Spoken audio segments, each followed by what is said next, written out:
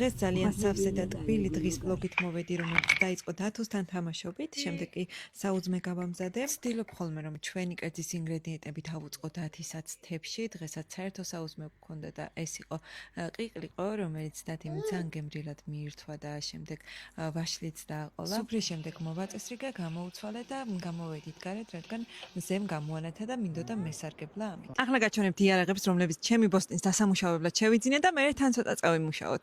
ბარი, თოხი, ფოცხი, ცოტა სინაზე რომ შემოვიტან. ასეთი ლამაზი ხელთათმანები, ეგეთი ორი წყვილი მაქვს და მაქვს ასევე უფრო სქელი ხელთათმანები, ვთქვათ, უფრო რთული სამუშაოებისთვის. ყველაფერი შეძენილი და გამზადებული მაქვს იმისთვის, რომ მიწაზე დავთესო ბოსტნეული, ამიტომ ვიწყებ სარეველე ბალახებისგან მიწის გასუფთავებას. წინა ვიდეოში სილქის ცეცხლზე ვლაპარაკობდი, რომელიც თვით დასაქმებულებისთვისაა და შეგვიძლია სილქის აპლიდან მოგვითხოვოთ სილქლენტის მომხმარებლებმა. და რადგან შემოსავლების დადასტურებაზე დამატებითი კითხვები გაგიჩნდათ, მინდა განგიმარტოთ, იქნებ თქვენ გაგკდებათ თანხარა მესამეუნეო სამუშაოებზე. სილქის ცეცხლი იმით არის კომფორტული, რომ შემოსავლები დასტურდება იმ რაღაც დიდი დოკუმენტაციების და ამონაწერების გარეშე. ადრე მე მაგალითად ცეცხლი რომ უნდა ამეღო, თუ უნდა წარმედგინე 6 თვიანი ამონაწერი ბანკიდან, რომ ერთი და იგივე კომპანიისგან მქონდა ჩარიცხვები 6 თვის განმავლობაში, ეს აღარ არის საჭირო. ყველა თვეში სხვადასხვა კომპანიისგან მერიცხება ხოლმე ჩემი ანაზღაურება. ასევე ხელზე ვიღებ ხოლმე სოფლის საქმიანობისგან მიღებულ შემოსავლებს და ეს არის ჩემი მხრიდან შემოსავლის დადასტურება, თორემ თუ არანაირი შემოსავალი არ გაქვს ადამიანს და ან რაღაცა ცუდი ისტორია გაქვს, რა თქმა უნდა, ეხლა ცეცხლსაც ვერ გადაიხდი და ვერც გენდობა ბანკი ამ შემთხვევაში. ბოსტნიდან დაბრუნების შემდეგ რძე გავამზადე, რომ სოფელში წაგვიღო გასაკიდად, დათი და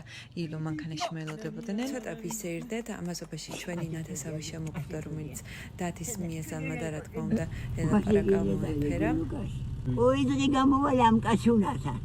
სახლში დაბრუნებულმა ჯერ ყავა დავლიე მორჩენილ პასკასთან ერთად მარტო მშვიდად, როგორც დედებს გვჩვევია.